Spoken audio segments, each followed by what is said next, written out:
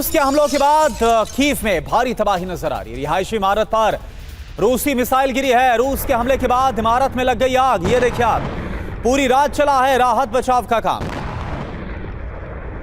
तो लगातार बड़े हमलों की ताजा तस्वीरें TV9 भारतवर्ष आपको दिखा रहा है। पुतिन का मिशन पूरी रात कीव दहन। जी हां, लगता तो ऐसा ही है। कितने हमले हुए, कितनी जगहों पर हमले हुए, उसकी पूरी डिटेल आपके सामने है। 20 मिनट में 20 से ज्यादा मिसाइलों से अटैक किए गए। करीब 12 जगहों पर, कीव की 12 जगहों पर बड़े अटैक्स को अंजाम दिया गया है। किन मिसाइलों से प्रहार किया गया है वो भी आपको बता रहे हैं, और टारगेट क्या रहा वो भी बताते हैं। रिहायशी इमारतों पर अटैक किया गया स्कैंडर M और KN-23 मिसाइल से, जो कि नॉर्थ कोरियाई मिसाइल है, उसका इस्तेमाल किया गया है इन बड़े हमलों को अंजाम देने में।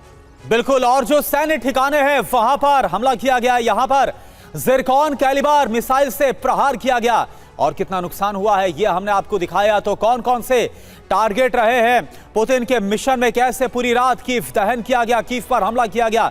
इसके अलावा जो एनर्जी इंफ्रास्ट्रक्चर है, ऊर्जा ठिकाने, वहां पर बेहद ही शक्तिशाली मिसाइल KH-101 का इस्तेमाल किया गया और हमले को अंजाम दिया गया। जी हमारे साथ तमाम खास मेहमान मौजूद हैं, लेकिन मनीष सबसे पहले मैं आपके पास आऊंगा। अक्सर रूस यूक्रेन जंग के मद्देनजर हम और आप जब बात करते हैं तो जिक्र करते हैं कि रूस की तरफ से एक रियायत दी जा रही है यूक्रेन को। क्या मॉस्को पर बड़े हमलों को बार बार अंजाम देकर यूक्रेन ने वो रेड लाइन क्रॉस कर दिए, और ये जो रियायत का दायरा था इसे अब पुतिन खत्म करते हुए नजर आ रहे हैं? नतीजा कीव में हुए ये बड़े हमले।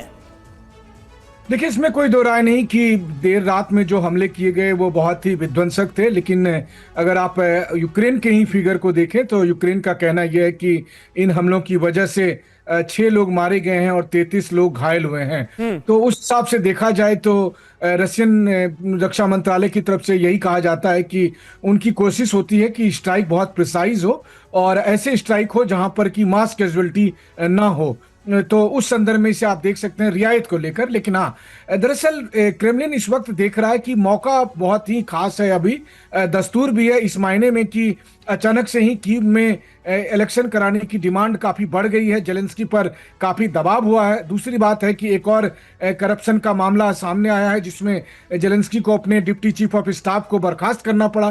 तो इस वक्त पॉलिटिकली जेलेंस्की काफी अस्थिर हो गए हैं। तो ठीक उसी का फायदा लेते हुए और अधिक दबाव बनाने के लिए क्रेमलिन ने ये स्ट्रेटेजी बनाई है। और जाहिर है कि मॉस्को और दूसरे इलाकों में जो यूक्रेन के ड्रोन हमले हैं उसका तो ये जवाब है ही। लेकिन अभी इस मौके पर वो कहते हैं ना कि तवा गर्म है, हथौड़े से चोट करने की जरूरत है। तो रशियन स्ट्राइक को रशिया इसी रूप में देख रहा है। बिल्कुल, और देखिए इस बीच एक और बड़ी खबर का हम रुख करें मनीष। रूसी सेना के काफिले पर हमला हुआ है। रूसी आर्टिलरी ब्रिगेड पर ड्रोन से हमला किया गया। 122 mm ग्रैड रॉकेट से यूक्रेनी फौज का यह हमला। तस्वीर आप देखिए, तस्वीर आपको हम दिखा रहे हैं।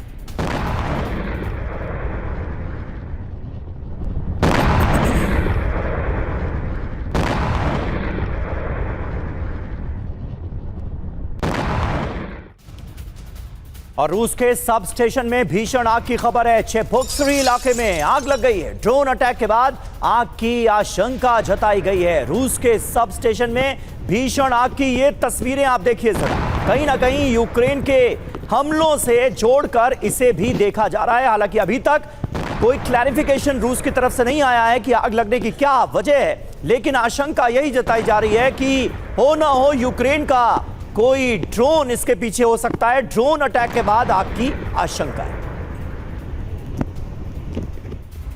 और एक और बड़ी खबर, रूसी ड्रोन का हमला नाकाम हुआ है। यूक्रेन के सैनिक ने मशीन गन से अटैक किया। जर्मनी से मिली MG3 मशीन गन का इस्तेमाल किया गया है। ये देखिए आप। तो ये 3 बड़ी खबर इस वक्त आपको दिखा रहे हैं। एक तरफ 122 mm ग्रैड रॉकेट से हमला किया गया रूसी काफिले पर, वो आपको हम दिखा रहे हैं। रूस के सब स्टेशन में भीषण आग लगी आपको नजर आ रही है यूक्रेनी हमले के बाद। और जर्मनी से मिली MG3 मशीन गन का जो यूक्रेनी फोर्सेस हैं वो इस्तेमाल कर रहे हैं। और उसी ड्रोन हमले को कैसे नाकाम किया गया ये देखिए आप। इस गन से ही उसको मार गिराया गया। ये तस्वीरें आप देख पा रहे हैं।